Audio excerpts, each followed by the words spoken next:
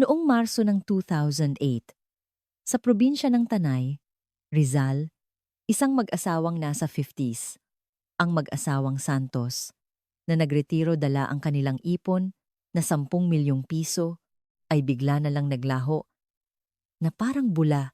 Ito ay pagkatapos nilang makipagtalo sa kapitan ng kanilang barangay na kilalang mapang-abuso at nagpapataw ng sarili niyang batas tulad ng pagbabawal sa paggamit ng tubig o pagdaan sa mga kalsada. Ang kwento ay nagsimula noong 2007. Ang mag-asawang Santos na nangangarap ng payapang buhay sa probinsya pagkatapos magretiro ay lumipat sa isang liblib na barangay sa Tanay.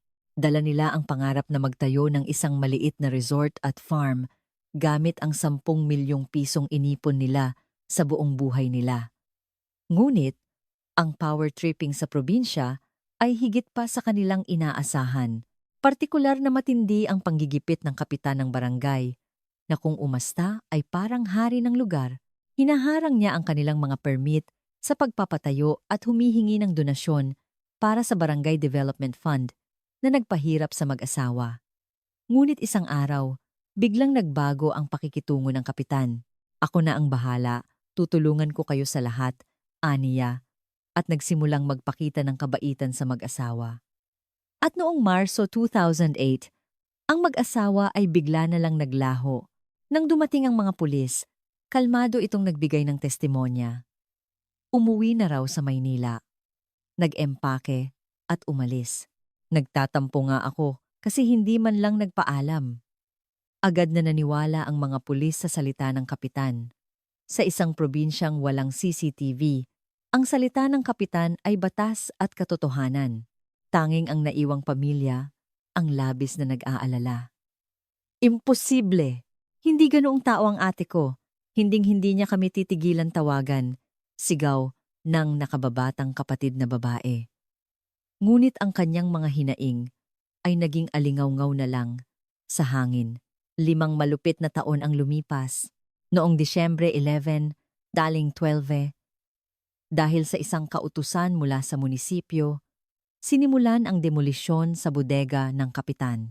Hindi mapakali ang kapitan at sinubukang pigilan ang mga trabahador, ngunit hindi niya kayang harangin ang backhoe. Sinimulang gibain ng mga tauhan mula sa munisipyo ang lumat bulok na bodega ni Kapitan Tonyo.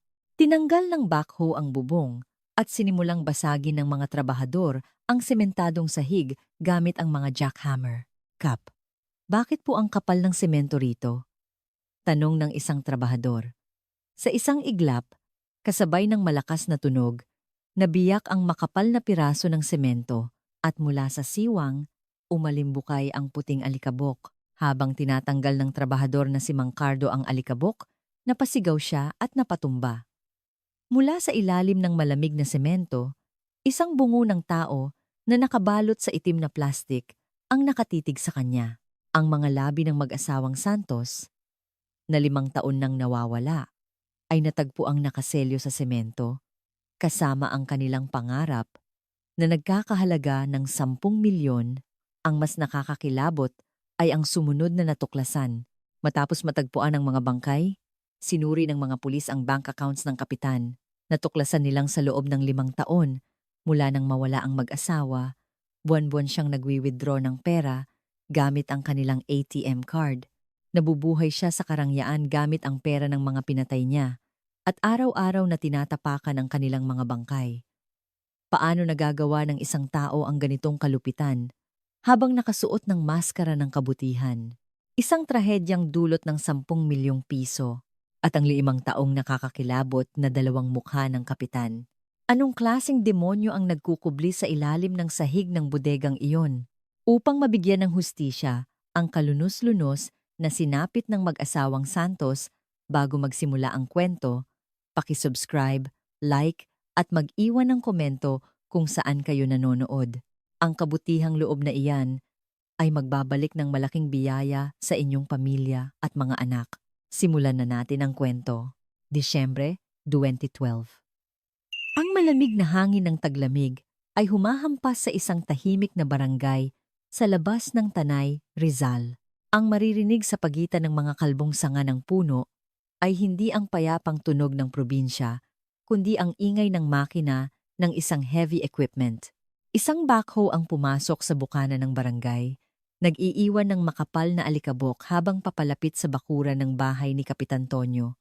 Hawak ang mga dokumento, itinuro ng mga opisyal mula sa Municipal Engineering Office ang lumat bulok na bodega ni Kapitan Tonyo. Lumapit ang demolition head kay Kapitan Tonyo, ipinakita ang work order at nagsalita. Itong bodega ninyo ay bibigay na ang bubong, at yung asbestos, delikado ang alikabok niyan. Itinalaga na po itong dangerous structure sa ilalim ng building code, kaya kailangan na pong gibain ngayon. Hinarang ni Kapitan Tonyo ang demolition head at marahas na iwinasiwas ang kamay. Ilang beses ko bang sasabihin sa inyo na aayusin ko to? Nakausap ko na ang mga taga-munisipyo. Bakit nyo basta-basta gigibain ang bodega ko? Hindi pwede ngayon. Umalis na kayo. Kapitan? Administrative order po ito? Wala po kaming magagawa. Matagal na pong inilabas ang demolition order. Kung magmamatigas po kayo, obstruction of justice po yan. Tumabi po kayo. Namumula sa galit ang mukha ni Kapitan Tonyo, ngunit wala siyang nagawa kundi umatras. Tumayo siya sa tapat ng pinto ng kanyang bahay, nagsindi ng sigarilyo at matalim na tinitigan ang mga trabahador. 8:00 ng umaga. Kasabay ng ingay ng makina, sinimulang tanggalin ang lumang bubong na asbestos at gibain ang mga pader na putik. Matapos ang 1 oras na trabaho, nawala na ang anyo ng bodega at tanging ang sementadong pundasyon na lang ang natira. Sumenyas ang site supervisor at 4 na trabahador na may dalang jackhammer at piko ang lumapit sa sahig. Itinutok ni Mang Cardo, isang trabahador, ang jackhammer sa isang sulok ng sahig at napakunot noo. "Boss! Parang may kakaiba rito. Ano na naman yan? Bilisan mo na para makakain na tayo ng tanghalian." "Hindi po. Kasi yung ibang parte, manipis lang ang semento at madaling mabasag. Pero itong sulok na to, sobrang kapal. Iba rin ang kulay, mas maitim. Para kasing pinatungan lang. Sige, dyan nyo unahin. Kung mas makapal ang semento, mas malaki ang babayaran sa disposal, kaya durugin nyong mabuti para maihiwalay." Dinuraan ni Mang Cardo ang kanyang palad. Itinaas ang lakas ng jackhammer at buong puwersang ibinaon ito sa sahig. Isang malakas na tunog ng pagkabiyak ang umalingaw-ngaw. Mula sa siwang, umalimbukay ang alikabok at isang itim na bagay ang bahagyang lumitaw. "Ano to? Plastic?" Lumuhod si Mang Cardo at inalis ang mga piraso ng semento gamit ang kamay. Nakita niya ang mga patong-patong na itim na agricultural plastic at sa paligid nito ay may mga nagkalat na puting pulbos. Dahil sa kuryosidad, tinusok niya ang plastic gamit ang pala at sinubukang alisin kasama ng lupa. Biglang umalimbukay na parang ulap ang puting apog, lim, at mula sa siwang ng plastic, isang madilaw na piraso ng buto ang lumitaw. Tao. Buto ng tao. Ibinalibag ni Mang Cardo ang hawak na pala at napatumba. Ang lumitaw mula sa alikabok ay malinaw na hugis ng bungo ng isang tao. Ang supervisor at iba pang trabahador ay nagsiatras sa takot at ang lugar ay biglang naging magulo. "Layo!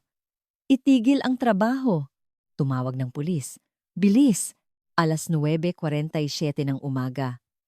Isang kagyat na tawag ang umalingaw-ngaw sa headquarters ng Tanay Police Station. Maya-maya pa, ang tunog ng mga sirena ay bumasag sa katahimikan ng barangay. 2 patrol car at isang sasakyan ng SOCO, Scene of the Crime Operatives, ang dumating. Isang dilaw na police line ang ipinalibot sa lugar ng bodega at mga SOCO personnel na nakasuot ng puting protective suit ang maingat na nagsimulang maghukay. Isang investigador na may hawak na brush ang nag-ulat sa kanyang team leader. "Sir, hindi lang po isa ang kalansay. Dito sa tabi, mga 60 sentimetro ang layo. May isa pa, parehong nakabalot sa plastic. At itong puting pulbos, puro slaked lime. Mukhang sinadya para mapabilis ang pagkabulok, slaked lime at plastic." Malinaw na planado ang paglilibing dito. Nasaan ang may-ari ng bahay? Tawagin niyo ang kapitan! Nilapitan ng mga pulis si Kapitan Tonyo na nakatayo sa isang sulok ng bakuran. Nakahalukip-kip siya habang nakatingin sa ginibang bodega. Nang lumapit ang mga pulis, kalmado siyang lumingon. Kapitan, 2 bangkay po ang natagpuan sa ilalim ng sahig ng bodega ninyo. Ano po ang masasabi ninyo rito? Abay, ewan ko. Yang bodega na yan?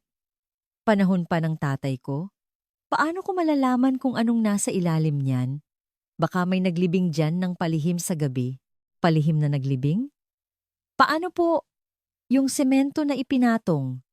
Halika po muna sa presinto para magbigay ng detalyadong salaysay. Sinasabi ko nang wala akong alam. Bakit niyo ako huhulihin? Inosente ako. Habang nagkakaroon ng komosyon sa pagitan ni Kapitan Tonyo at ng mga pulis sa isang bahay 200 kilometro ang layo sa Maynila, tumunog ang telepono, 4:00 ng hapon. Nanginginig ang kamay na sinagot ni Lorna Cruz ang telepono. Hello? Si Ma'am Lorna Cruz po ba ito? Mula po ito sa Tanay PNP, Criminal Investigation Division. Huwag po kayong mabibigla. Ngayong araw po, sa isang demolition site sa Barangay San Isidro, may natagpo ang 2 hindi pa nakikilalang kalansay. Napigil ni Lorna ang kanyang hininga. Ang tuyong boses ng pulis sa kabilang linya ay umalingaw-ngaw sa kanyang tainga. Ano pong ibig ninyong sabihin? Kalansay? Hindi pa po kumpirmado ang pagkakakilanlan, pero maaaring may kaugnayan po ito sa kaso ng nawawala ninyong kapatid at bayaw. Pwede po ba kayong pumunta rito para sa posibleng pagkakakilanlan? Pupunta ako. Pupunta ako ngayon din. Pagkababa ng telepono, tulala siyang tumingin sa kalendaryong nakasabit sa dingding. Disyembre 2012.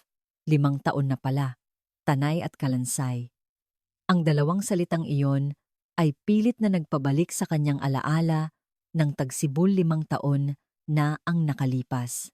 Nanginginig ang kamay na dinampot niya ang susi ng kotse at lumabas ng bahay. Ang kuwento ay bumabalik sa pinakamasayang huling sandali na natatandaan ni Lorna. Isang araw ng Abril, 2007, sa isang masikip na eskinita sa Recto, Maynila, sa isang lumat maliit na printing press, pinapatay ni Ramon Santos ang mga makina. Nang huminto ang mga makinang halos 22 taon nang walang tigil na umaandar. Isang di pangkaraniwang katahimikan ang bumalot sa lugar. Tinanggal ni Ramon ang kupas na business permit sa dingding. Pinunasan ng alikabok at may ngiti at lungkot sa kanyang mukha.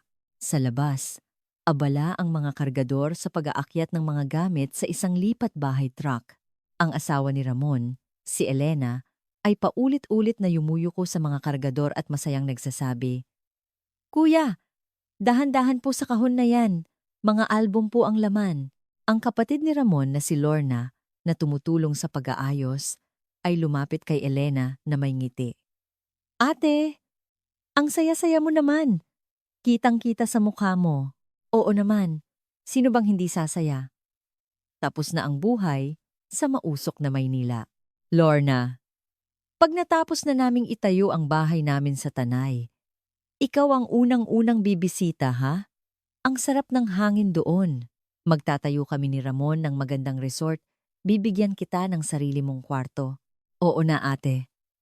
Pinaghirapan niya ni Kuya buong buhay niya, kaya dapat lang na maging masaya kayo roon. Sa 10 milyon, para na kayong hari at reyna doon." Sa bank account ng mag-asawang Santos, nakalagak ang 10 milyong piso, ang pinagsamang kita mula sa pagbebenta ng printing press at ng kanilang bahay. Para sa kanila, ang Tanay ay hindi lang probinsya. Ito ang paraisong kanilang natagpuan pagkatapos ng mahabang paghihirap, ang kanilang pangalawang buhay. Sumakay si Elena sa passenger seat ng truck at kumaway sa bintana. Itinutok ni Lorna ang kanyang kamera at kinuhanan ng litrato ang kanyang masayang kapatid at bayaw. Iyon na pala ang huling litrato ng mag-asawa, isang bagay na walang sino man ang nakakaalam habang pinipindot ang shutter. Ilang oras ang lumipas, ang truck nalulan ang mag-asawa ay pumasok sa bukana ng barangay San Isidro sa Tanay. Ang malawak na lupain at ang tanawin ng mga bundok ay parang isang ipinintang larawan.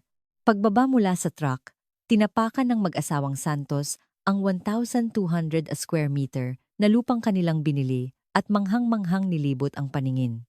Mahal, dito na yon? Ito na ang magiging bahay natin. Ang lawak, no? Oo, mahal. Maraming salamat sa lahat ng sakripisyo mo. Dito, mamumuhay na tayo ng payapa habang puno ng pag-asa na nagtitinginan ang mag-asawa. Sa isang bangko, sa tapat ng barangay hall, isang matandang lalaki ang nakahalukip-kip na nagmamasid sa kanila. Ito si Tonyo, ang kapitan ng barangay sa loob ng 30 taon. May mapanuyang ngiti sa kanyang labi. Sinuri niya ang mag-asawa mula ulo hanggang paa at bumulong sa mga kasamahan, mga taga-Maynila na naman. Tingnan natin kung gaano katagal yan bago tumakbo pabalik. Ang malamig na salitang iyon ni Kapitan Tonyo ay ang simula ng pagbabago ng kanilang pangarap na rosas tungo sa isang madugong bangungot. Mayo 2007. Wala pang isang buwan sa Tanay, ang pangarap ng mag-asawa ay nagsimulang mabangga sa malupit na katotohanan. Pumunta si Ramon sa munisipyo para kumuha ng building permit para sa resort, ngunit hinarap siya ng burokrasya. Sinabi ng isang empleyado na dahil katabi ang lupa ng isang agricultural zone, kailangan ang pirma at selyo ng kapitan ng barangay. Walang nagawa si Ramon kundi mag-atubiling kumatok sa tarangkahan ng bahay ni Kapitan Tonyo. Kapitan? Nandyan po ba kayo? Ako po si Ramon, yung bagong lipat. Si Kapitan Tonyo, na naghahasa ng itak sa bakuran, ay sumagot ng hindi man lang tumitingin. Kailangan ko po sanang kumuha ng building permit para sa resort at kailangan daw po ang pirma ninyo. Isang pirma lang po sana. Biglang ibinato ni Kapitan Tonyo ang itak at tumayo. Ano? Resort? Sa tingin nyo ba? Basta-basta na lang kayong mga tagalabas na magnenegosyo rito? Hindi ako pipirma. Umalis ka na. Kapitan, parang awa nyo na po. Ibinenta na po namin lahat ng ari-arian namin sa Maynila. Para lang dito, kung hindi po ito matutuloy. Sinabi ko bang pumunta kayo rito? At huwag na huwag kayong aasa na makakabit ng linya ng tubig. Kulang na nga ang tubig para sa mga magsasaka rito. Wala kaming ibibigay ni isang patak sa mga dayo. Mula noon, ang panggigipit ni Kapitan Tonyo ay lalong naging lantaran at walang tigil. Isang mainit na araw ng Hunyo, habang sinusubukang ipasok ng mag-asawang Santos ang isang truck na puno ng materyales, hinarangan ng daan papasok sa barangay. Ipinarkada ni Kapitan Tonyo ang kanyang owner-type jeep sa gitna ng daan at nawala. Pagkatapos maghintay ng 2 oras sa ilalim ng tirik na araw, napilitan silang dumaan sa isang baku-bakong daan na may 2 kilometrong ikot. Habang hirap na hirap ang truck sa maputik na daan, sa di kalayuan, nakahalukip-kip si Kapitan Tonyo na pinapanood sila. Nang magsimula ang tag-ulan noong Hulyo, tinawagan ni Ramon ang kanyang kapatid na si Lorna sa Maynila.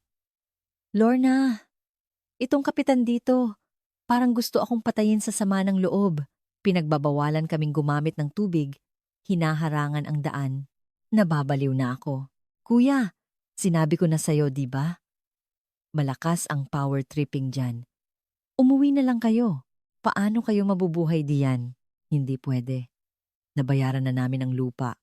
Kung aatras kami ngayon, wala na kaming pupuntahan. Titiisin ko to. Tandaan mo yan.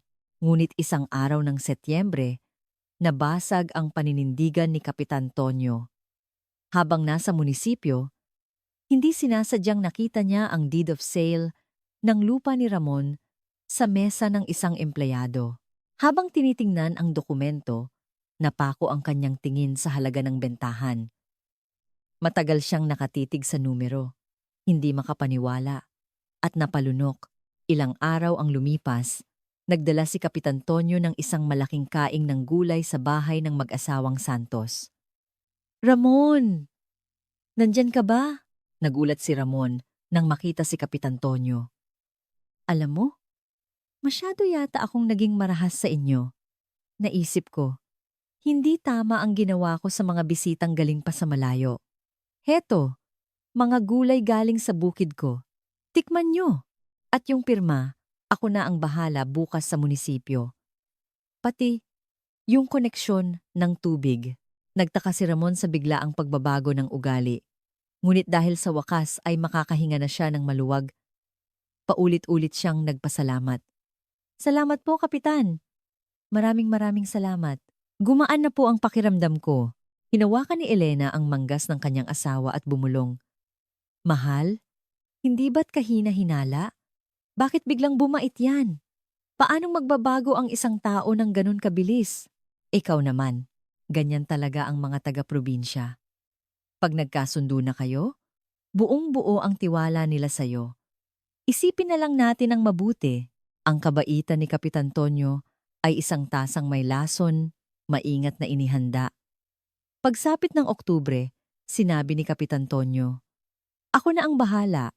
Kabisado ko lahat ng lupa at mga kontratista rito." Inalok niya ang sarili na mamahala sa pondo ng mag-asawa. Buong tiwalang pumayag si Ramon. "Kung kayo po ang tutulong, Kapitan, para na kaming may 1,000 sundalo." Pumirma siya sa mga dokumento na nagbibigay ng kapangyarihan kay Kapitan Tonyo na mamahala sa pagbili ng karagdagang lupa at sa pondo para sa konstruksyon. Mula noon, ang bank account ng mag-asawang Santos ay naging parang balong walang laman. Mula Oktubre 2007 hanggang Pebrero ng sumunod na taon, sa loob lang ng 5 buwan, halos bilyong-bilyong, 200,000 ang nawala sa kanilang BDO account. Ibinenta ni Kapitan Tonyo sa kanila ang isang walang kwentang lupa na pag-aari ng kanyang kamag-anak sa halagang 3 beses na mas mataas sa market value.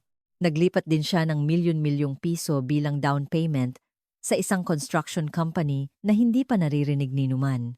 Kalaunan, natuklasan na ang may-ari ng construction company na iyon ay ang bayaw ni Kapitan Tonyo at ito ay isang ghost company. Noong Pebrero 2008, isang malamig na araw, unang beses na nag-update ng passbook si Ramon, ang natitirang balanse. 2,800,000 na lang. Nanginginig ang kamay ni Ramon.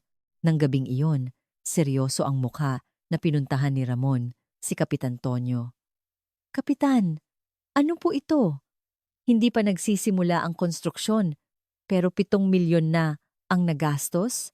Pakipakita po sa akin lahat ng resibo at statement of accounts para sa mga materyales at lupa."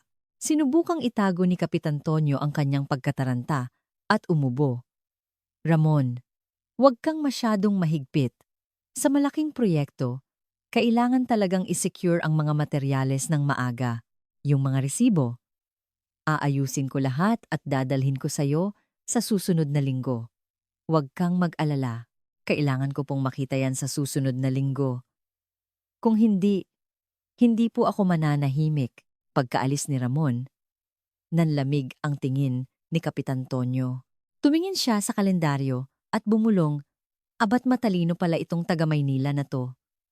Magiging problema to pag nagsampa ng reklamo."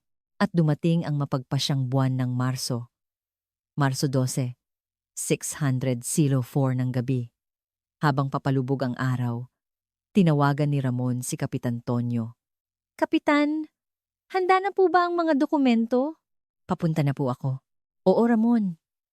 Handa na. Isama mo na si Elena. Dito na kayo maghapunan para makapag-usap tayo." Ang tawag ay tumagal ng 2 minuto at 17 segundo. Pagkatapos ng maikling tawag na iyon, ang mga cellphone ng mag-asawang Santos ay tuluyan ng nanahimik. Walang sino man ang nakakita sa mag-asawa na pumasok sa tarangkahan ng bahay ni Kapitan Tonyo ng gabing iyon. Tanging ang mga aso sa barangay ang tumahol ng malakas, na tila nagulat sa isang di pamilyar na sigaw. Huling linggo ng Marso 2008.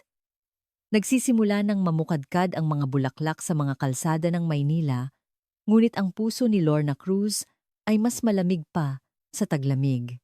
Ang kanyang kapatid na si Ramon at bayaw na si Elena, na linggo-linggong tumatawag para kumustahin siya, ay 2 linggo nang hindi sumasagot sa telepono. Ang tanging naririnig niya ay ang mekanikal na boses na nagsasabing, "The number you have dialed is currently switched off." Dahil sa masamang kutob, sumakay si Lorna ng bus papuntang Tanay. Pagdating niya sa barangay San Isidro, ang tarangkahan ng bahay ng mag-asawa ay hindi nakasara. Ito ay nakabukas, ngunit ang tanawin sa loob ay kakaibang nakatigil sa oras. Sa sampayan sa bakuran, ang mga damit na isinampay 2 linggo na, ang nakalipas ay nanilaw na dahil sa paulit-ulit na pagkabasa sa ulan at pagkatuyo. Sa kusina, 3 plato ang nakababad sa lababo at sa mesa, isang kaldero ng tirang ulam ay may amag na. Nang buksan niya ang ref, isang karton ng gatas ang lobo na at malapit nang sumabog ang expiration date, Marso 12. Pinakalma ni Lorna ang kanyang kumakabang dibdib at tumakbo palabas, kinakatok ang bawat bahay na madaanan. "Tao po, nakita niyo po ba ang mag-asawang Santos na nakatira rito?"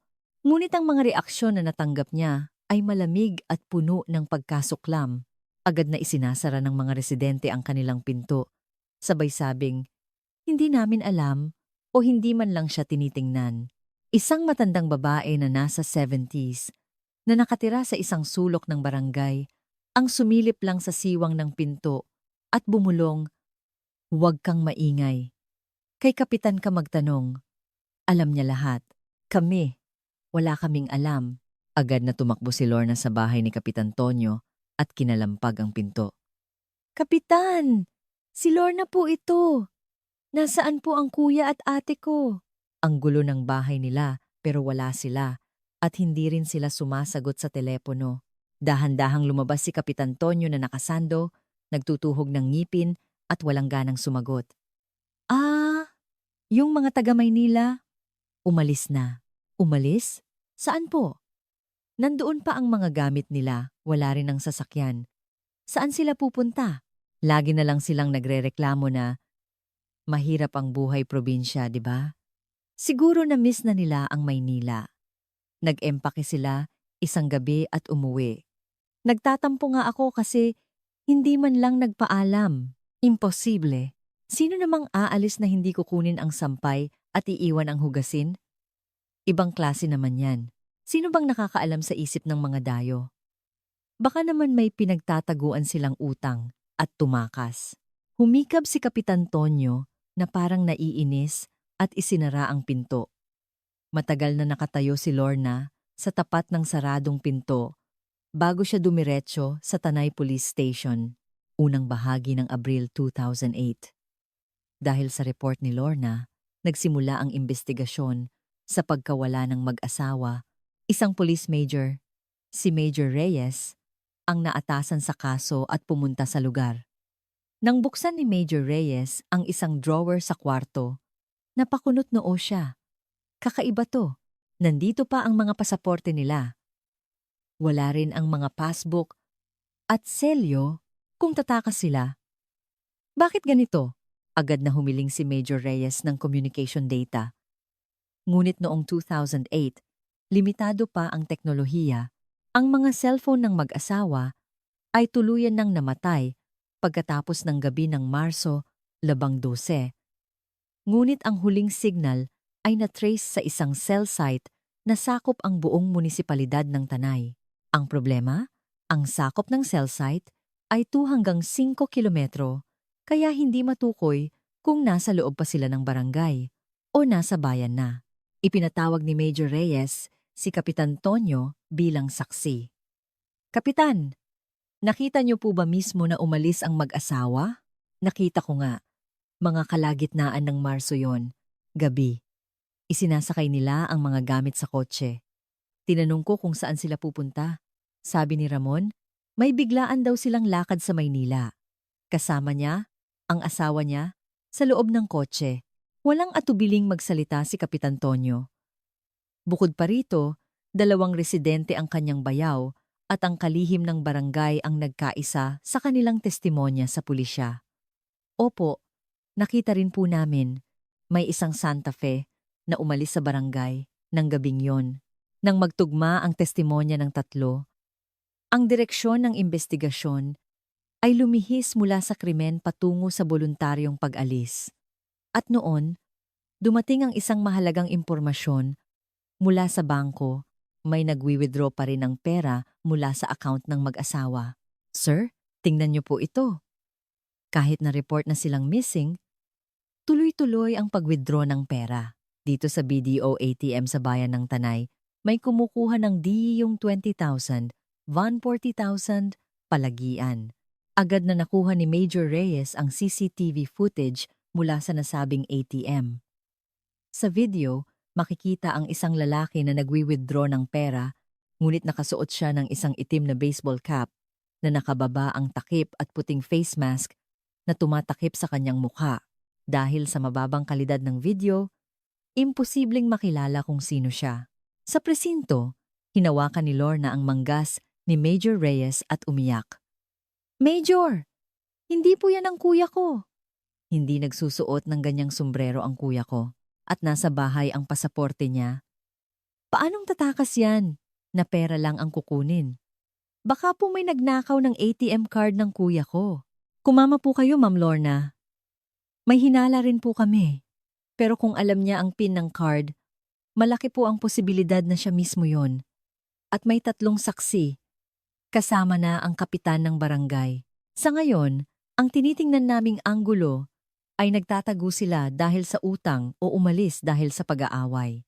Hindi po, imposible. Hindi aalis ang kuya ko na nakasampay ang labada sa isang case conference. Pansamantalang isinara ang kaso bilang voluntary disappearance. Lumabas ang iba't ibang teorya, tulad ng pagtakas dahil nalugi sa negosyo o pagtatago dahil sa utang. Ngunit walang ebidensya ng foul play. Walang ni isang patak ng dugo sa bahay, walang bangkay, at tuloy-tuloy ang pag-withdraw ng pera. Noong Hunyo 2008, huling tinawagan ni Major Reyes si Kapitan Tonyo. Kapitan, may balita na po ba kayo sa mag-asawang Santos? Wala. Naku, Major, ang kulit nyo naman. Sinasabi ng nasa Maynila na yung mga yon at maayos ang buhay. Di ba sabi nila, no news is good news? Huwag nyo nang isipin yon. Malungkot na isinulat ni Major Reyes sa huling pahina ng report. Walang karagdagang lead. Ipagpatuloy ang pagmamanman at isinara niya ang folder. Ang makapal na folder na iyon ay itinulak sa kailaliman ng isang malamig na steel cabinet. Opisyal nang naging isang cold case ang kaso. At isang buwan ang lumipas, noong Hulyo 2008, nang bumalik si Lorna sa bahay ng kanyang kapatid sa Tanay, nadatnan niyang magulo ang loob. May pumasok at hinalughog ang study room at sira ang mga file cabinet. Ang nawawala, ang mga importanteng dokumento ng mag-asawa, kasama na ang kanilang mga official seal at titulo ng lupa. Nanakawan kami! May magnanakaw! Nag-report si Lorna sa pulisya. Ngunit itinuring lang itong simpleng kaso ng pagnanakaw sa isang abandonadong bahay. Sinabi pa ng pulis na baka ang mag-asawa mismo ang nag-utos na kunin ang mga dokumento, kaya hindi na sila nag-imbestiga pa. Napaupo si Lorna sa sahig ng sala. Tumingala sa kisameng puno na ng agiw at walang tigil na umiyak. Sa logbook ng Tanay Police Station, isang linya na lang ang natira. Mag-asawang Santos. Location unknown. Presumed voluntary disappearance. Sa likod ng isang linyang iyon, nakatago ang sigaw ng 2 taong inilibing sa ilalim ng sementadong sahig. Isang katotohanang tanging ang mga salarin lang ang nakakaalam. Ang mga kamay ng orasan ay walang awang umikot. Lumipas ang taglagas ng 2008, dumating ang taglamig ng 2009, at 5 beses nang namukadkad at nalanta ang mga bulaklak. 5 mahabang taon ang lumipas, ang lumang kotse ni Lorna Cruz ay paulit-ulit na tinahak ang Marcos Highway mula Maynila patungong Tanay sa bawat pagbabago ng panahon. Tagsibol, tag-araw, taglagas, taglamig, higit sa 16 na beses siyang bumisita.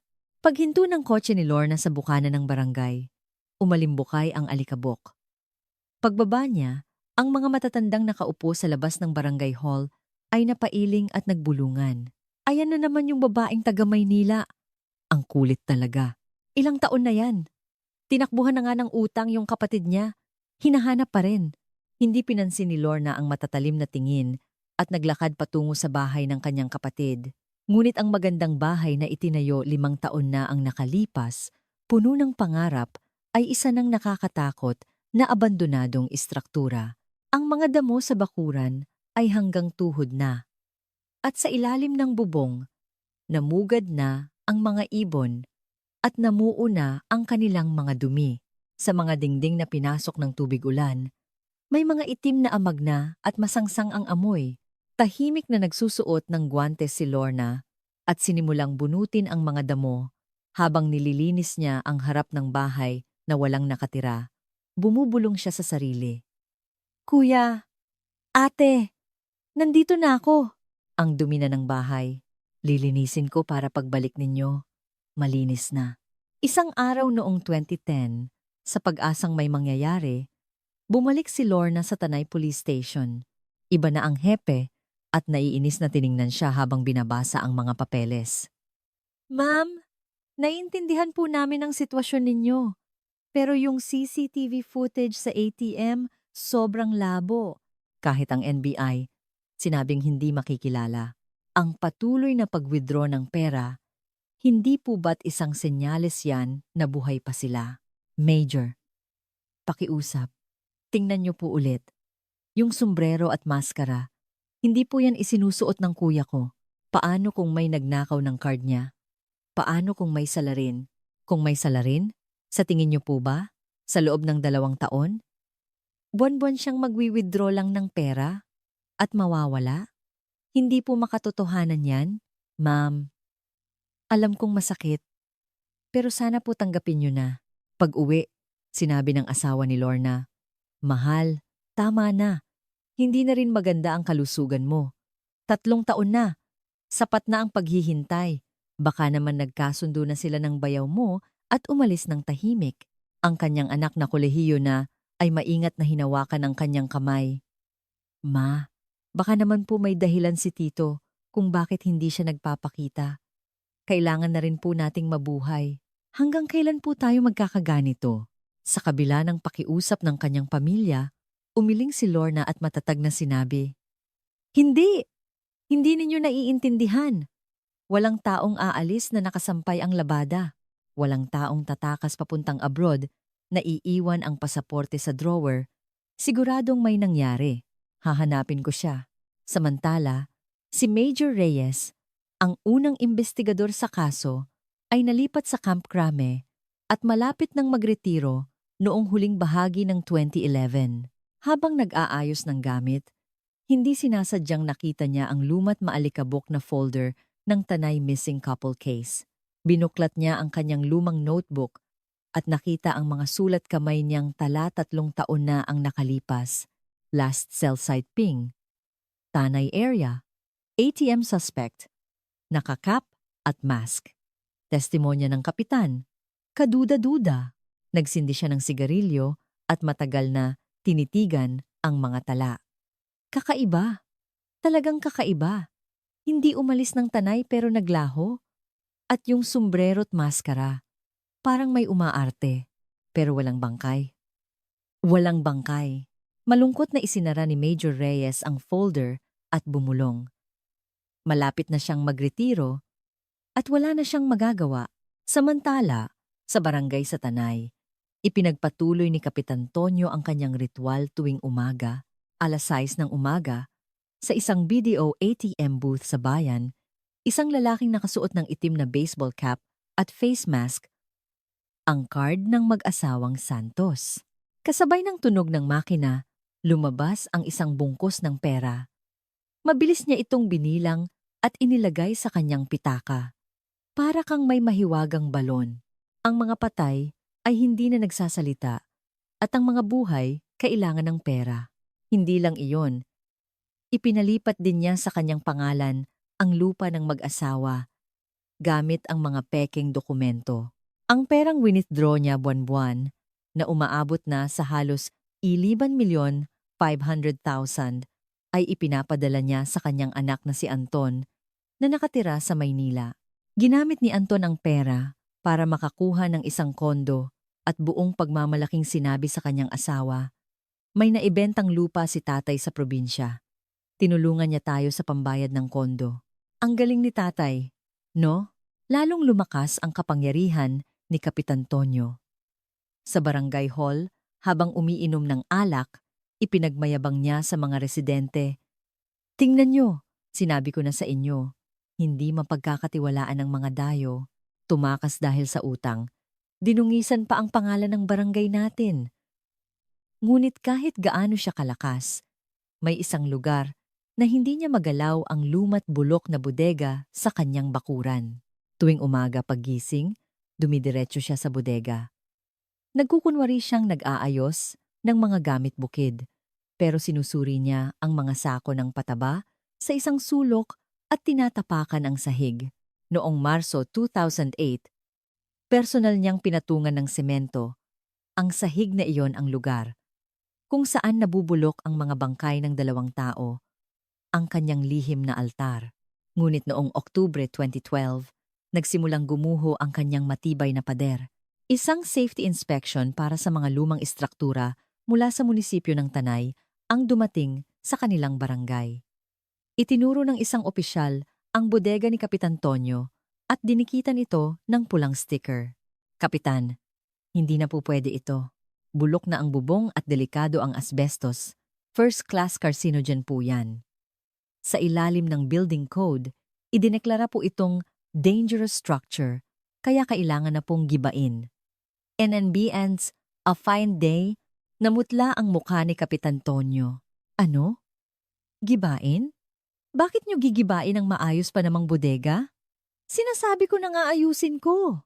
Kapitan, hindi po ito optional. Kailangan na pong gawin habang may budget ang munisipyo. Kung babagsak po ito, sino ang mananagot?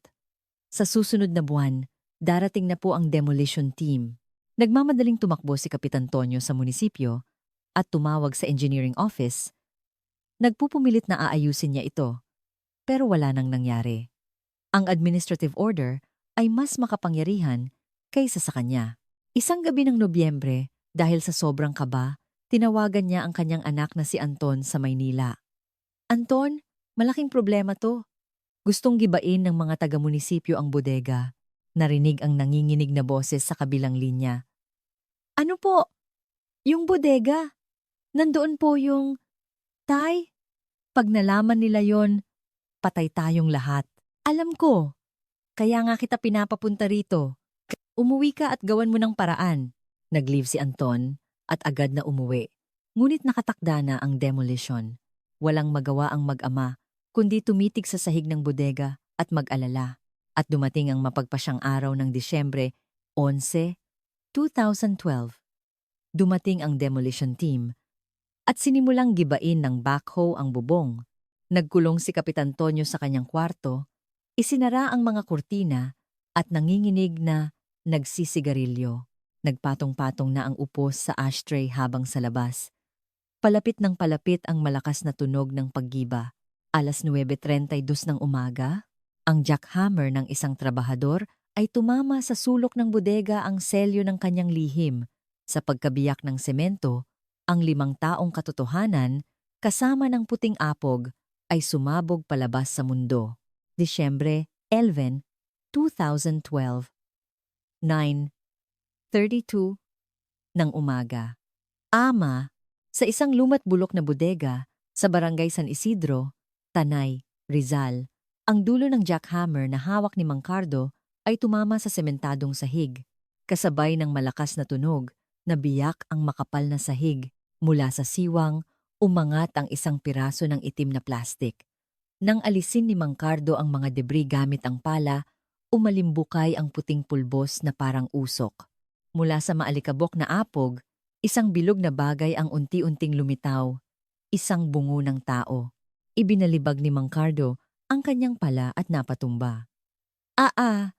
Tao? Ulo ng tao! May buto rito! Tumakbo ang site supervisor. Sumilip sa butas at namutla. Tigil! Itigil ang trabaho! Huwag kayong lalapit! Tumawag ng pulis. 9:47 ng umaga. Isang kagyat na tawag ang natanggap ng Tanay Police Station. Sa loob lang ng 15 minuto, bumasag sa katahimikan ng barangay ang mga sirena. Dumating ang 2 patrol car at isang team mula sa PNP Soco. Isang dilaw na police line ang ipinalibot sa bodega. Mga tauhan ng Soco na nakasuot ng puting protective suit ang maingat na nagsimulang maghukay. Pagkatapos ng 4 na oras na masusing paghuhukay, lumabas sa mundo ang lihim na itinago 40 sentimetro sa ilalim ng semento. 2 kalansay na binalot sa itim na agricultural plastic at binudbura ng puting apog, slaked lime, ang magkatabing nakahimlay. Sa tabi ng mga kalansay, natagpuan ang isang kinakalawang na pala, mga piraso ng damit, at 4 na plastik na butones. Sinuri ng isang Soco agent ang gilid ng semento gamit ang magnifying glass. Sir, tingnan nyo. Sa ilalim ng orihinal na 8 sentimetrong sahig, may ipinatong na isa pang 10 bindaan ng 10, malinaw na pagkatapos ilibing ang mga bangkay, pinatungan ito para hindi lumabas ang amoy. At itong puting pulbos, puro slaked lime, ginawa para pabilisin ang pagkabulok at itago ang amoy. Agad na hinanap ng mga pulis si Kapitan Tonyo. Nakatayo siya sa isang sulok ng bakuran, naninigarilyo at pinapanood ang lahat. Hinarang siya ng isang investigador. Kapitan, 2 bangkay po ang natagpuan sa ilalim ng bodega ninyo. May patong pa ng semento. Sasabihin niyo pa ring wala kayong alam? Umiwas ng tingin si Kapitan Tonyo at iritabling sumagot. Ilang beses ko bang sasabihin? Wala akong alam. Panahon pa ng tatay ko, yang bodega na yan. Paano ko malalaman kung anong nasa ilalim? Baka may naglibing dyan ng palihim. Palihim?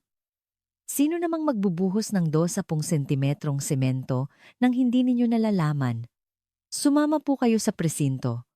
Voluntaryong imbitasyon po ito. Bakit niyo ako isasama? Wala akong kasalanan. Hindi ako sasama.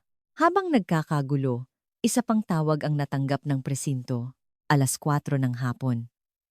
Tumunog ang cellphone ni Lorna Cruz sa Maynila. Si Ma'am Lorna Cruz po ba? Mula po ito sa Tanay PNP. Sa isang demolition site po sa Barangay San Isidro, may natagpo ang hindi pa nakikilalang mga kalansay. Maaring may kaugnayan po ito sa pagkawala ng kapatid ninyo noong 2008. Pagkababa ng telepono, nagmamadaling nagmaneho si Lorna. Ang daan mula Maynila patungong Tanay na 5 taon niyang paulit-ulit na tinahak ay parang walang katapusan ngayon. 7:00 ng gabi. Pagdating sa Tanay Police Station, umiiyak na nilapitan ni Lorna ang isang investigador. Sir, ang kuya ko po ba yon? Pakiusap. Umaasa po akong babalik siyang buhay. Pero buto? Ano pong nangyari? Malungkot na ipinaliwanag ng investigador. Wala pa pong kasiguraduhan. Kailangan po muna ng DNA test. Kung papayag po kayo, kukuha po kami ng buccal swab para maikumpara sa National Forensic Science Service. Gawin niyo po. Gawin niyo lahat. Pakiusap. Sabihin niyo lang sa akin kung sila nga o hindi. 5 taon po akong naghintay. Habang nanginginig na kinakagat ni Lorna ang cotton swab, isang emergency meeting ang nagaganap sa 2 palapag ng presinto. Dahil sa kabigatan ng kaso, bumuo ang Rizal Provincial Police Office ng isang special investigation team para sa Tanay skeletal remains case. Si Police Major David Reyes, isang veteranong investigador, ang itinalagang team leader kasama ang 10 piling tauhan. Binuklat ni Major Reyes ang makapal at maalikabok na cold case file mula 2008. Habang binabasa ang mga report, kumunot ang kanyang noo. Tingnan nyo, to, ang gulo ng inisyal na investigasyon. Ayon sa cell site records, hindi umalis ng Tanay ang signal ng cellphone ng mag-asawa, pero bakit ang conclusion ay umuwi sila sa Maynila? Si retiradong pulis na si Cruz, nakasama bilang consultant, ay yumuko. Pasensya na po, sir. Noong panahon na yon, limitado ang teknolohiya at higit sa lahat, tuloy-tuloy ang pag-withdraw ng pera kaya inakala naming buhay pa sila. Masyado ring matibay ang testimonya ng kapitan. Yan ngang pera ang problema. Sinuri niyo na ba ulit ang CCTV footage sa ATM? Isang lalaking nakakap at mask. Kung nagtatago ang mag-asawa, bakit sila magwi-withdraw sa sarili nilang bayan? Madaling araw pa. At nakadisguise. Hindi ang biktima ang gumawa niyan. Ang salarin. Agad na humiling ang team ng search warrant para sa bahay at financial records ni Kapitan Tonyo at ng kanyang pamilya. Disyembre, 11. Sinimulang halughugin ng team ang bahay ni Kapitan Tonyo sa isang bodega na 30 metro lang ang layo mula sa pinangyarihan. Sa ilalim ng mga nakatambak ng buksan ito, 2 lumang selyo, mga ID at ilang papeles ang nahulog. Ang mga official seal at driver's license ng mag-asawang Santos. At sa ilalim, isang Special Power of Attorney, SPA. Sir, tingnan niyo po ito. Bakit nandito ang mga ID at selyo ng mag-asawang Santos? At itong SPA? Mali ang petsa. Kinuha ni Major Reyes ang SPA. Nakasaad, ako, si Ramon Santos, ay binibigyan ng kapangyarihan si Antonio de Leon na magbenta ng aking lupa at mamahala sa aking mga transaksyong pinansyal. Ang petsa sa ilalim. Marso 2009, 1 taon pagkatapos mawala ang mag-asawa, naging matalim ang tingin ni Major Reyes. Isang patay na tao. Pumirma ng spa, 1 taon pagkatapos? Malinaw na peke ito. Ngayon, buo na ang kwento. Pinatay ng kapitan, inilibing ng kapitan, at winaldas ng kapitan ang pera. Dalhin niyo rito si Kapitan Tonyo. Kahit wala pa ang resulta ng DNA, ang mga kalansay sa bodega at ang mga pekeng dokumento ay iisa lang ang itinuturo. Nang mabasag ang 5 taong katahimikan ng sementadong sahig, ang karumal-dumal na kasakiman sa ilalim nito ay nagsimula ng lumabas. Disyembre 22, 2012. Mabigat ang hangin sa meeting room ng Special Investigation Team. Binuksan ni Major David Reyes ang isang selyadong sobre mula sa PNP Forensic Group. Nakatuon ang lahat sa kanya. Dahan-dahan niyang binasa ang dokumento na pabuntong hininga at tumango. Lumabas na. Ayon sa DNA test, ang mga kalansay na natagpuan sa bodega ay kumpirmadong sina G. Ramon Santos at G. Eng Elena Santos. Ang mitochondrial DNA na nakuha sa mga buto ay 99.9% tugma sa DNA ni Lorna Cruz at ng isang pinsan mula sa panig ni G. Eng. Sandaling natahimik ang kwarto.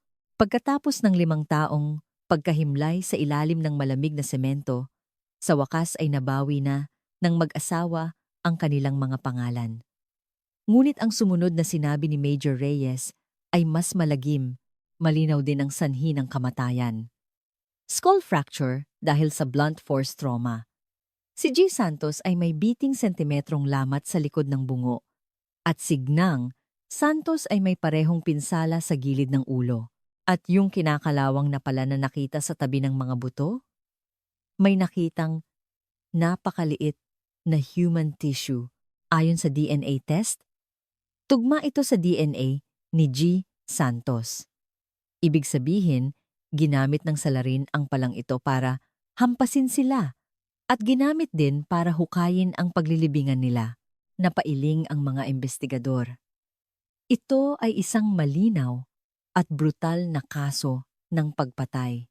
Itinuro ni Major Reyes ang isang malaking chart ng financial transactions. At ngayon, sa tunay na kwento. Bakit sila pinatay? Ang sagot, gaya ng inaasahan, pera. Sinuri ng ating cybercrime unit ang 12 bank accounts at 4,800 na transaksyon sa loob ng 5 taon at isang nakakagimbal na pattern ang lumabas. Binilugan ng pulang marker ni Major Reyes ang panahon mula Oktubre 2007 hanggang Marso 2008. Ito ang panahon na buhay pa sila. Sa loob ng 5 buwan na ito, 6,040,000 din ang nawala sa kanilang account. Saan napunta? 3.2 milyon sa personal account ng kapitan at ng kanyang pamangkin. Ang natitirang ay 2 milyon sa isang kumpanyang tinatawag na San Isidro Construction. At alam niyo ba kung sino ang may-ari ng kumpanyang ito? Ang bayaw ng kapitan. Isa itong ghost company na walang opisina. Kaya sa madaling salita, ninakaw niya ang higit 5 milyon gamit ang mga dahilan tulad ng pagbili ng lupa at pondo sa konstruksyon. Grabe, parang linta, sabi ng isang investigador. Paano naman po pagkatapos nilang mawala? Ipinakita ni Major Reyes ang chart para sa panahon pagkatapos ng Marso 2008. Dito lalong lumala. Mula nang mawala sila noong Marso 12 hanggang noong nakaraang buwan, buwan-buwan, may regular na cash withdrawal. Kabuuang ay 960,000. Lahat sa 3 BDO ATM sa bayan ng Tanay, palaging sa pagitan ng alas 6 at alas 7 ng umaga. Para maiwasan ang mga residente, nagwi-withdraw siya na parang nag-aalmusal lang. Ang natitirang 1,400,000 inilipat niya sa kanyang account gamit ang peking SPA. Nagtaas ng kamay ang isang investigador. Sir, paano po natin mapapatunayan na peke ang SPA? Paano kung igiit ng kapitan na ibinigay ito sa kanya ni G. Santos bago umalis? Diyan pumasok ang galing ng ating forensic expert. Yung papel na ginamit sa SPA na nakuha natin sa bahay ng kapitan, na-trace natin ang lot number nito. Ayon sa manufacturer, ang papel na ito ay ginawa gamit ang pulp na prinoseso noong Hulyo 2008. Nawala ang mag-asawa noong Marso. Pero pumirma sila sa papel na ginawa noong Hulyo. Ito ay 100% na pamemeke. Nagkaroon ng bulungan ng paghanga. Ang kapangyarihan ng siyensya ay ganap na gumiba sa mga kasinungalingan ni Kapitan Tonyo. Ngunit hindi pa doon nagtatapos ang ebidensya. Inilabas ni Major Reyes ang kopya ng isang resibo mula sa isang hardware store at ang huling pasabog. Natukoy natin ang eksaktong petsa kung kailan ipinatong ang semento. Noong Marso 14, 2008, bumili si Kapitan Tonyo ng 20 sako ng semento at 1 toneladang buhangin. Noong Marso 13, bumili siya ng 2 sako ng apog. Namatay ang cellphone ng mag-asawa noong gabi ng Marso 12. Pinatay noong ika-12. Binudburan ng apog noong ika-13. At tinabunan ng semento noong ika-14. Perpekto ang timeline.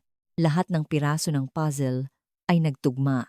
Ang daloy ng pera mula sa biktima patungo sa salarin, ang resibo ng mga materyales na ginamit sa pagtatago ng krimen, at ang mga peking dokumento na ginawa pagkatapos ng krimen, lahat ay nakaturo kay Kapitan Tonyo. Wala na siyang kawala. Hinampas ni Major Reyes ang mesa. Sapat na ito. Robbery with homicide, illegal disposal of a corpse, falsification of public documents. Mag-apply na tayo ng arrest warrant at i-freeze niyo lahat ng assets niya. Kailangan nating kumilos bago pa niya mailipat ang pera. Opo, sir. Pupunta na po kami sa piskalya. Disyembre 28, 2012. Matapos suriin ang napakaraming ebidensya, agad na inaprubahan ng hukom ng Rizal Regional Trial Court ang arrest warrant para kay Kapitan Tonyo. Kasabay nito, isang freeze order ang ipinadala sa lahat ng bangko. Nang hapong iyon, dala ang arrest warrant, umalis ang investigation team. Si Kapitan Tonyo, ang hari ng barangay, sa loob ng 5 taon, na kumuha ng buhay at yaman ng 2 tao, ang kanyang kaharian ay malapit ng gumuho. Ngunit ng mga oras na iyon, tila may naramdaman na si Kapitan Tonyo. Sinimulan na niyang paandarin ang kanyang pickup truck. Mahuhuli kaya siya ng mga pulis? Nagsimula na ang huling habulan para sa katotohanan. Disyembre 28, 2012, 5 ng hapon. Pagka-issue ng arrest warrant, 4 na sasakyan ng pulis ang humarurot at pinalibutan ang bahay ni Kapitan Tonyo. Ngunit sarado ang pinto at wala ang kanyang lumang pickup truck na laging nakaparada sa bakuran. Agad na kinuha ni Major Reyes ang kanyang radyo. Tumakas ang suspek. I-check lahat ng CCTV sa mga kalapit na kalsada at mag-issue ng all points bulletin. Sasakyan. Kulay asul na 1-ton pickup. Plaka XXXXXX. I-trace din ang lokasyon ng cellphone niya. Naramdaman na ni Kapitan Tonyo. Napapalapit na ang mga pulis at nakatakas na siya. Ang hari ng barangay, sa loob ng 5 taon, ay biglang naging isang pugante. Naglaho sa dilim. Magdamag na hinabol ng mga pulis si Kapitan Tonyo. 6 na oras ang lumipas, 11 ang gabi. May ulat na nakita ang kanyang truck sa CCTV ng isang gasolinahan sa Lucena City, Quezon. Sa tulong ng Lucena City Police, pagkatapos ng walang tigil na pagtugis, bandang 1:40 ng madaling araw, pinalibutan nila ang isang motel sa lungsod. Dahan-dahang lumapit si Major Reyes sa truck. Nakita niya si Kapitan Tonyo sa loob, nakasubsob sa manibela. "Buksan mo! Pulis to!" Puwersahang binuksan ng mga pulis ang pinto. At kinaladkad palabas si Kapitan Tonyo. Habang pinoposas siya, nahulog mula sa kanyang bulsa ang mga bagay na ikinagulat ng mga pulis. 2 debit card na nakapangalan kina Ramon at Elena Santos. Alambad Afar 1,000 cash. At ang 2 official seal ng mag-asawa. Sa passenger seat, naroon ang itim na baseball cap at puting face mask. Kahit sa kanyang pagtakas, dala pa rin niya ang pera ng mga pinatay niya at ang ginamit niyang disguise. 3:00 ng madaling araw, sa interrogation room ng Tanay Police Station, nakaupo si Kapitan Tonyo na nakasuot ng orange na t-shirt ng preso. Itinago niya ang kanyang mga kamay na may posas sa ilalim ng mesa at nakatingin lang sa sahig. Umupo sa tapat niya si Major Reyes at inihagis ang mga litrato ng eksena sa bodega. "Kapitan, tama na. Ang mga butong nakuha sa bodega, kumpirmadong sa mag-asawang Santos. At itong mga card at selyo na nakuha namin sa'yo, ano to? Sasabihin mo bang napulot mo lang?" Hindi pa rin tumitingin si Kapitan Tonyo at bumulong. "Wala akong alam. May naglibing lang dyan. Yung mga card at selyo, ipinatago nila sa akin bago sila umuwi sa Maynila. Sabi nila, pag naibenta na ang lupa, padalhan ko sila ng pera. Ipinatago? Umalis sila papuntang Maynila, hindi man lang tumawag, pero pinagbilinan kang padalhan sila ng pera? At yung sahig ng bodega?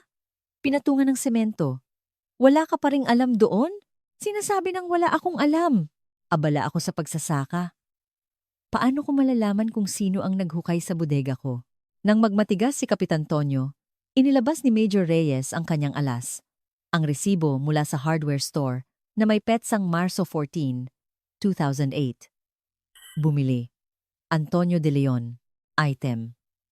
10. Sako ng semento. 1 toneladang buhangin. "Kapitan, ano to?" 2 araw pagkatapos mawala ang mag-asawa, bumili ka ng semento at buhangin. Sabi ng tindero, para daw sa pag-aayos ng sahig ng bodega mo. Itatanggi mo pa ba? Biglang nagbago ang itsura ni Kapitan Tonyo. Hindi siya nakapagsalita ng 8 segundo, napalunok at nagbago ng kwento. "Ah, yun ba? Tumutulo kasi ang bubong kaya laging basa ang sahig, kaya inayos ko." "Oo, ako ang nagsemento, pero hindi ko alam na may tao sa ilalim. Baka may naglibing na bago ko sementuhan." Naramdaman ng mga pulis na paubos na ang kanyang mga kasinungalingan. Agad na ipinatawag ni Major Reyes ang 2 residente na nagsinungaling noong 2008 ang bayaw ng kapitan at ang kalihim ng barangay. Sa isang hiwalay na kwarto, ginipit ng investigador ang kalihim. "Sir, nasa kulungan na po si Kapitan at umaamin na kung magsasabi po kayo ng totoo ngayon, ikokonsidera po namin yan." Nakita niyo po ba talagang umalis ang mag-asawa? Ang matandang kalihim, nanginginig, ay hindi napigilang umiyak. "Inutusan lang po kami ni Kapitan na sabihin sa pulis na umuwi sila sa Maynila. Sabi niya, kung hindi kami susunod, palalayasin niya kami sa barangay. Kaming mga matatanda, wala kaming laban sa kanya. Sa kabilang kwarto, nang marinig ng bayaw ang pag-amin ng kalihim, bumigay na rin siya. Inamin niyang ang ghost company ay gawa-gawa lang ni Kapitan Tonyo at ipinagamit lang niya ang kanyang pangalan. Ang network ng kasinungalingan ni Kapitan Tonyo ay nagsimula ng gumuho. Sinunod na ng team ang nawawalang sasakyan ni Ramon. Matapos suriin ang mga record ng lahat ng junk shop sa rehiyon, natagpuan nila na ang puting Santa Fe ni Ramon ay nascrap sa isang junk shop sa Antipolo noong Hunyo 2008. Malinaw na naaalala ng may-ari ng junk shop ang nangyari. Opo, natatandaan ko. Isang kapitan ang nagdala ng sasakyan. Sabi niya, kaibigan daw niya ang may-ari at nagmamadali kaya siya na ang nag-asikaso. May dala siyang SPA kaya tinanggap namin. Ayon sa pagsusuri ng handwriting expert, ang pirma ni Ramon sa SPA ay tugma sa sulat kamay ni Kapitan Tonyo. Ang SPA para sa lupa, ang pirma sa likod ng debit card lahat ay gawa ng iisang tao. Bumalik sa interrogation room, inilatag ni Major Reyes ang lahat ng ebidensya. Ikaw ang pumatay. Ikaw ang naglibing. Ikaw ang nagtapon ng sasakyan. At ikaw ang kumuha ng pera. Lahat napatunayan na. Itatanggi mo pa ba? Tinitigan ni Kapitan Tonyo ang mga ebidensya. Lalo na ang litrato ng kanyang sombrero at maskara. Pero nanatili siyang tahimik. Alam niyang kahit kumpleto ang circumstantial evidence, wala pa ring direktang ebidensya. Walang umamin, walang nakakita, sumandal siya at mayabang na sumagot. Isipin niyo kung anong gusto niyong isipin. Aaminin ko, medyo nasilaw ako sa pera, kaya pineke ko ang mga dokumento at kinuha ko ang pera. Pero hindi ako pumatay. May ebidensya ba kayo na ako ang pumatay? Kung mayroon, ilabas niyo. Nanggigil ang mga investigador. Kailangan nila ng isang testigo para mapatunayan ang pagpatay. At noon, isang tawag ang dumating mula sa isang pulis na nag-iikot sa barangay. Isang matandang babae na 5 taong itinago ang kanyang nalalaman ay handa nang magsalita tungkol sa gabing iyon. Enero 3, 2013. Bumalik ang team sa barangay para hanapin ang huling piraso ng puzzle. Kahit sapat na ang ebidensya, kailangan nila ng isang saksi para mapatunayan sa korte na si Kapitan Tonyo ang pumatay. Kinatok nila ang bawat isa sa 23 bahay sa barangay. Karamihan ay nagsasara ng pinto, ngunit isang 32 taong gulang na lola, si Lola Remedios, na nakatira sa pinakasulok na bahagi, ang tahimik na humawak sa braso ng isang pulis. Maingat na lumingalinga ang matanda at pinapasok ang pulis sa kanyang bahay. Nanginginig ang kanyang mga kamay. Iho, hindi ko alam kung dapat ko bang sabihin to. Pag nalaman ni Kapitan, kawawa naman akong matandang mag-isa rito. Lola, wag po kayong mag-alala. Nakakulong na po si Kapitan. Ano man po ang sabihin ninyo, hindi na po kayo masasaktan. Napalunok si Lola Remedios at sinimulan ikwento ang alaala na 5 taon niyang itinago. Mga unang linggo yon ng Marso. Mga 10:00 ng gabi. Hindi ako makatulog kaya nasa labas ako. Mula sa bahay ni Kapitan, may narinig akong sigaw ng babae. Isang maikli at matinis na sigaw. Sigaw po? Tapos po, pagkatapos noon, tahimik na. Pero ang kakaiba, kinaumagahan. Maagang maaga, may ginagawa si Kapitan sa bodega niya. Buong araw, amoy semento ang hangin, umaabot hanggang dito sa amin. Akala ko. Pero nang mabalitaan kong nawawala na yung mag-asawa, sobra akong natakot. Bakit po hindi kayo nag-report sa pulis? Report? Naku, hiyo. Dito sa amin, hari ang kapitan. Pag kinalaban mo siya, puputulan ka ng tubig, haharangan ng daan, hindi ka makakatanggap ng ayuda. Anong laban kung matandang mag-isa? Kaya nanahimik na lang ako. Ang testimonya ni Lola Remedios ay napakahalaga. Ang sigaw sa gabi ng Marso 12 at ang amoy semento, kinaumagahan ito ang nagpapatunay na ang sinasabi ni Kapitan Tonyo na pag-aayos ay sa katunayan, pagtatago ng ebidensya. Samantala, sa PNP headquarters, may isa pang anggulong sinusundan. Tinitigan ni Major Reyes ang bank statement ng panganay na anak ni Kapitan Tonyo, si Anton. Ang ₱1,500,000 na pumasok sa account niya mula sa kanyang ama, kakaiba ang timing, sir. Lumabas na ang cell site records ni Anton. Tingnan niyo po, mula 10 ng umaga ng Marso 13, 2008 hanggang 6 ng gabi kinabukasan, halos 32 oras, nasa Tanay cell site ang signal ng cellphone niya. Marso 13, Huwebes yon. Nagtatrabaho siya sa Maynila, pero nag-leave siya at umuwi sa Tanay. At hindi lang yan, may record din mula sa isang speed trap camera. Noong Marso 13, 9 to 12 ng umaga, nahuli ang itim na kotse ni Anton na overspeeding malapit sa Tanay exit. Lahat ay nakaturo kay Anton. Isang araw pagkatapos ng krimen, umuwi ang anak.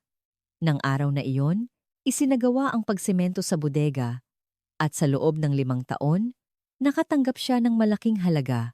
Agad na ipinatawag ni Major Reyes si Anton. Enero 7, 2013. Si Anton, isang ordinaryong empleyado, ay dumating sa Tanay Police Station. Kinakabahan, pero sinubukang maging kalmado. Malumanay pero matalim na nagtanong si Major Reyes. Mr. Anton de Leon, noong Huwebes, Marso 13, 5 taon na ang nakalipas. Nag-leave po kayo sa trabaho at umuwi rito sa Tanay. Bakit po? Pinapatulong po ako ni tatay sa pag-aayos ng bahay. Bilang panganay, ako po ang inaasahan sa mga mabibigat na gawain. Pag-aayos? Ano pong partikular na ginawa ninyo? Medyo baku-baku po yung sahig ng bodega kaya tumulong po akong maghalo ng semento. Ganun po ba? Bago po kayo magbuhos ng semento, ano po ang nasa ilalim ng sahig? Natahimik si Anton ng 5 segundo. Lupa po. Lupa lang. Kumuha ng litrato si Major Reyes mula sa drawer at inilagay sa harap ni Anton. Ang litrato ng nabiyak na semento kung saan kitang-kita ang kalansay na nakabalot sa plastik. Mr. De Leon, tingnan niyo po itong litrato, yung sinasabi niyong lupa. Sa ilalim po niyan, may 2 taong nakalibing noong nagbubuhos po kayo ng semento. Sigurado po ba kayong hindi ninyo alam na hindi lupa ang tinatakpan ninyo, kundi mga bangkay? Namutla si Anton na parang papel. Tinakpan niya ang kanyang mukha at huminga ng malalim.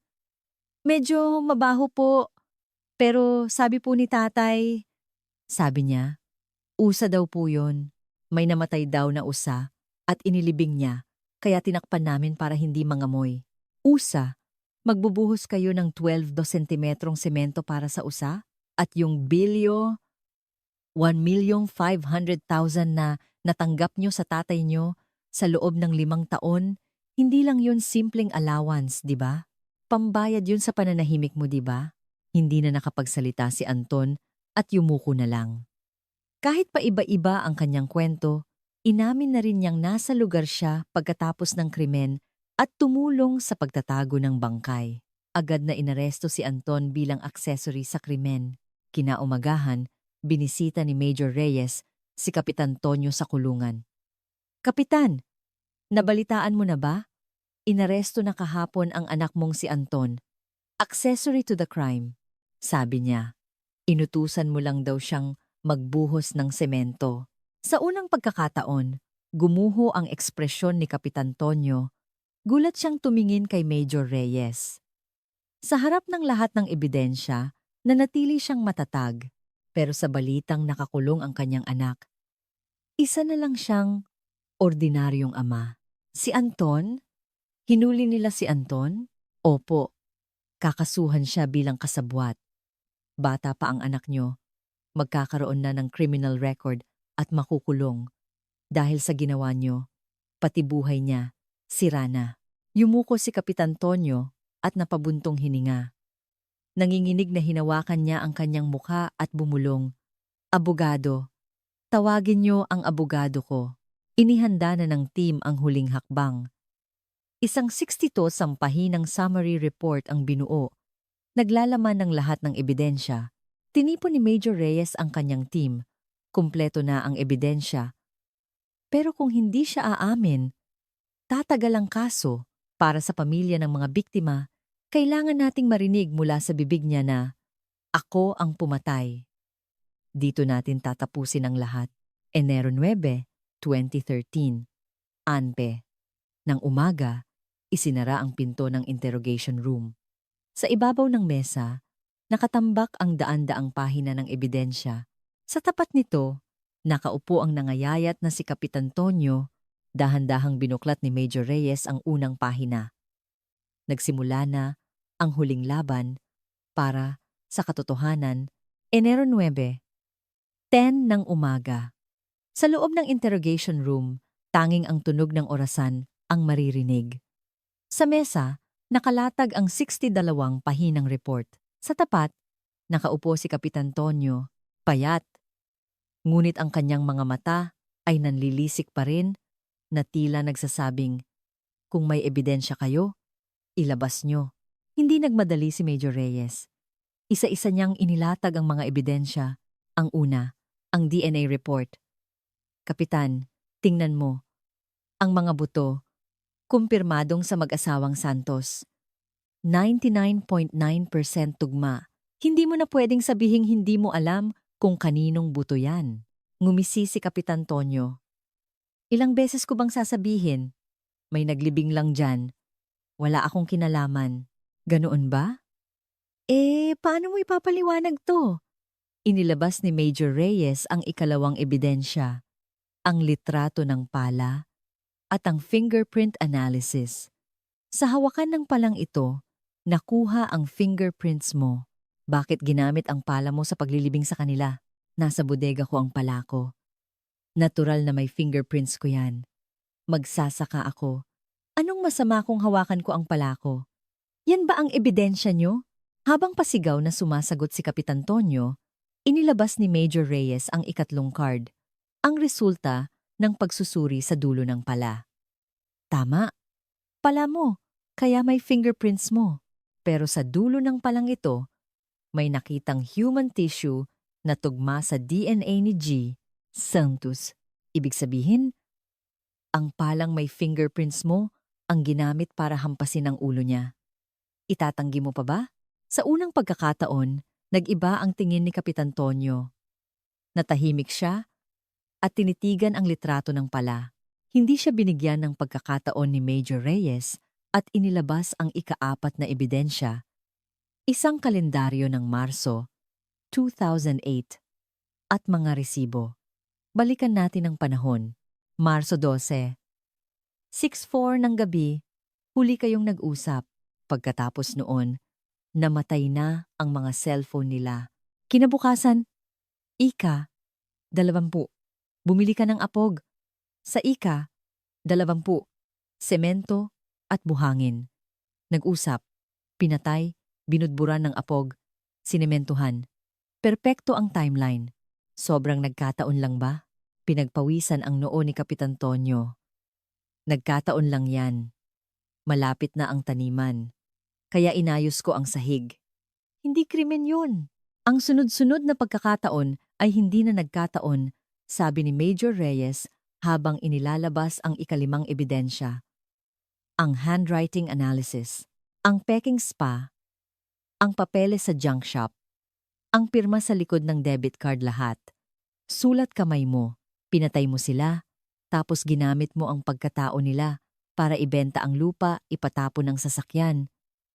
Nagsimulang manginig ang kamay ni Kapitan Tonyo, ang ika-6 na ebidensya, ang testimonya ng mga residente, at nagsalita na ang mga tao sa barangay mo, ang bayaw mo, ang kalihim, at si Lola Remedios. May nakarinig ng sigaw, may umamin na inutusan mong magsinungaling. Ang kaharian mo, gumuho na. Sumandal si Kapitan Tonyo at tumingala sa kisame.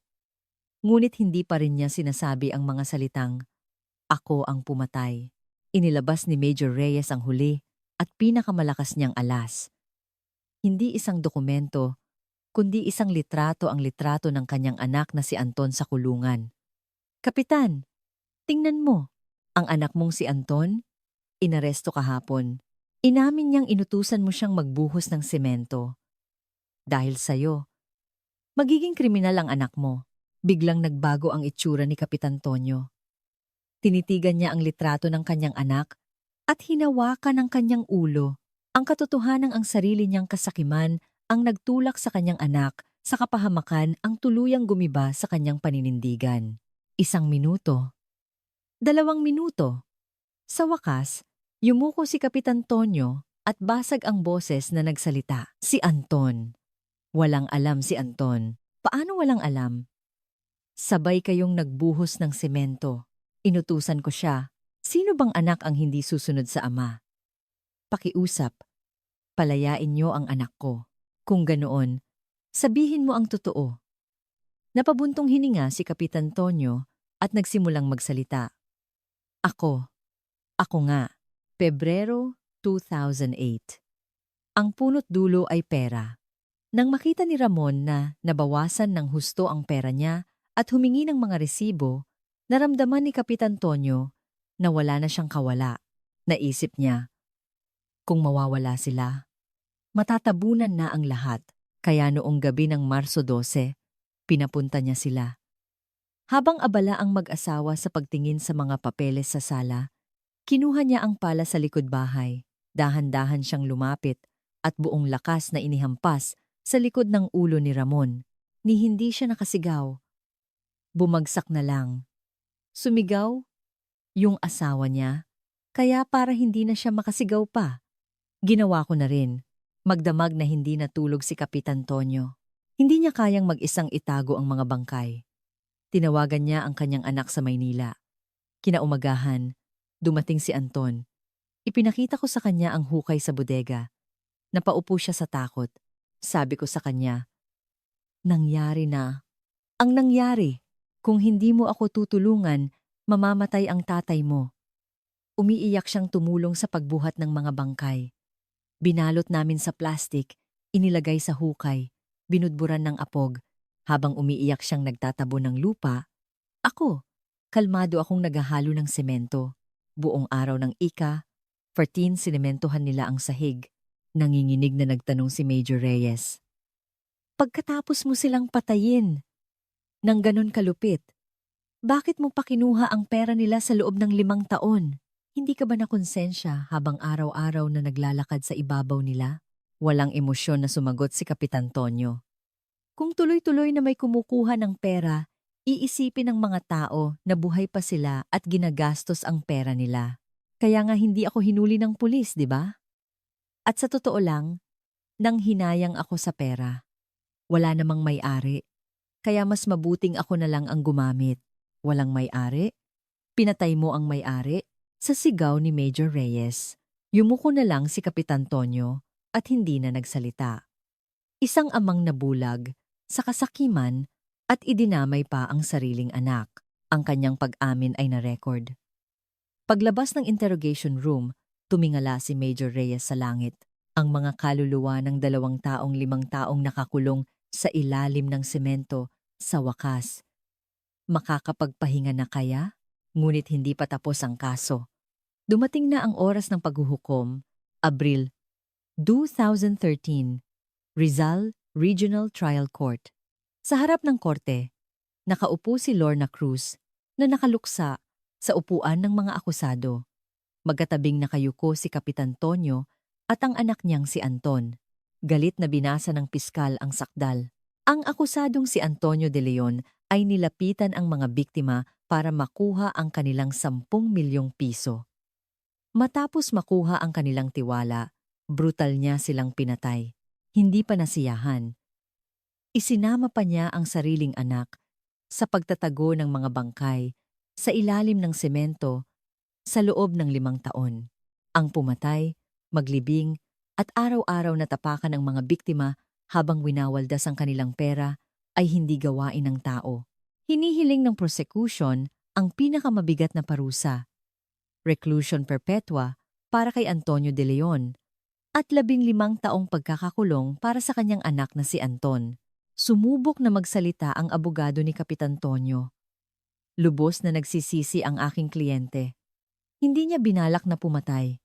Isa itong trahedya na nangyari dahil sa biglaang pagtatalo. Tumayo ang piskal. Biglaan? Bumili siya ng apog at semento kinabukasan.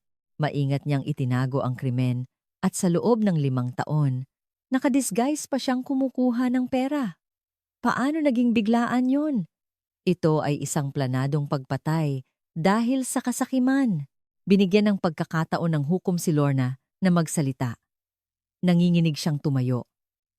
Judge, ang kuya at ate ko, mahigit 20 taon silang nagtrabaho sa printing press sa gitna ng alikabok at ingay. Ang perang pinaghirapan nila, dinala nila sa Tanay para sana sa isang payapang buhay.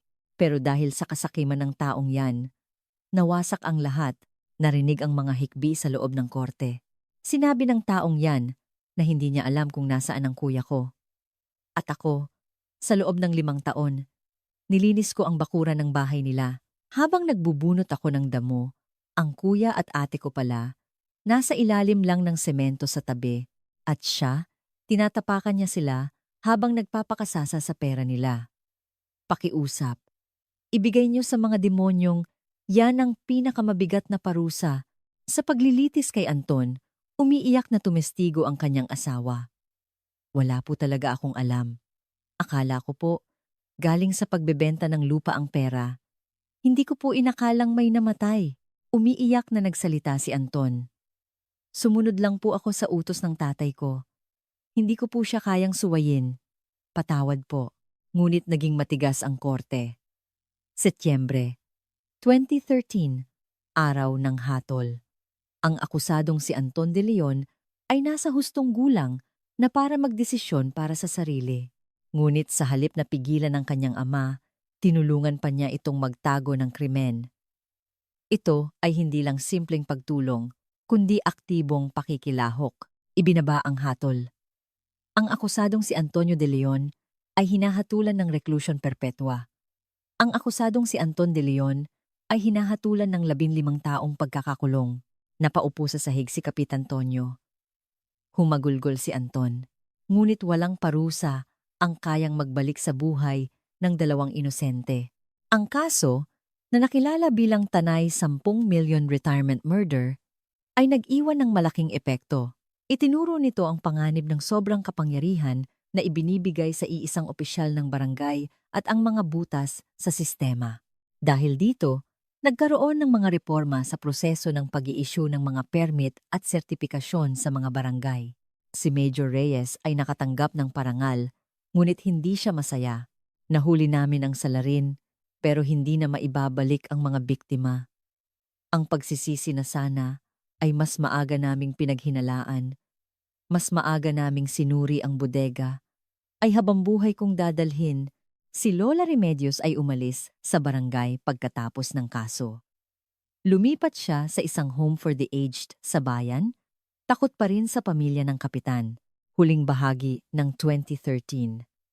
Nakuha ni Lorna ang mga labi ng kanyang kapatid at bayaw. Inilagak niya sila sa isang sementeryo sa Antipolo. Sa harap ng kanilang puntod, isang litrato. Ang huling masayang litrato ng mag-asawa, kumakaway mula sa truck, puno ng pangarap. Ang lupang naisalin sa pangalan ni Kapitan Tonyo ay naibalik sa pamilya. Naibenta ito ni Lorna at kasama ng danyos na nakuha, nakaipon siya ng halos singliyong 7 milyong deniro, ngunit ang higit sa kalahati ng 10 milyon ay nagastos na. Ibinigay ni Lorna ang bahagi ng pera sa isang foundation na tumutulong sa mga migrante sa probinsya.